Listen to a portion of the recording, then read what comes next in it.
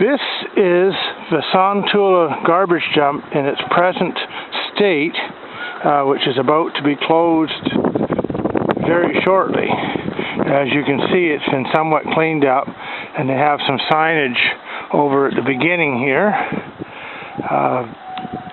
which shows information. I believe it might not be the current stuff, but we'll now zoom in on an appliance, probably the last one to get to go into this place. This is an old washing machine sitting there. And now, a little history would be in order here. The Malcolm Island, or the community of Sointula, began in the year 1902, basically was settled, and for almost 70 years people used to put their waste or their trash either over the end of a dock or bury it. And then back in the 1950s or so, the road up to a beacon was built, and people began to discover this had a ravine here, which is in front of me, and that was where garbage started to get thrown. And basically in the late 60s it was banned and disallowed to throw garbage into the ocean, so people had to stop doing that. So basically I moved here in the early 1970s, and this dump was in full swing then.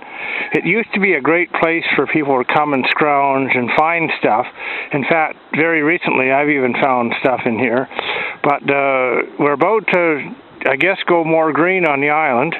Basically, we're going to have a transfer station right near town in the vicinity of a seniors housing, within distance of that, and we're basically undergoing another change. This dump will no longer be open to the public to put things into, which in a lot of ways is probably a good thing nowadays, because the trash of recent days and years is much more toxic, with electronic components that have toxic waste components, PCB, all that stuff.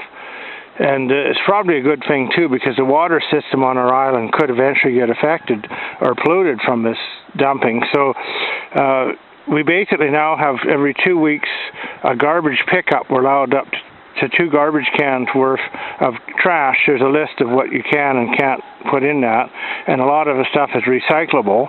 But it's still a pretty area up here. As we can see, there's a lot of nice trees, and there's a lot of and this road up here going up actually goes up to what used to be a beacon for the airplanes, and that's probably why this dump got started here, as that road was put in. So basically, there was quite a bit of controversy when this was worked on in the last several years. People opposed it, people for it, but for health reasons I think it's a good idea. I'm not 100% enamored in how the process has gone. However, I agree the regional district is trying to move in a green direction and make this a safer place to live. So this clip here is not really to promote either side, but just to promote what is. And I think basically it's a good thing in the long run. The transfer station will offer us proper recycling, and hopefully it'll expand. And there is a yearly fee for our garbage pickup, but it's probably not that bad, when you think of it. And the garbage truck coming every couple of weeks, and we put out our trash cans and get them emptied.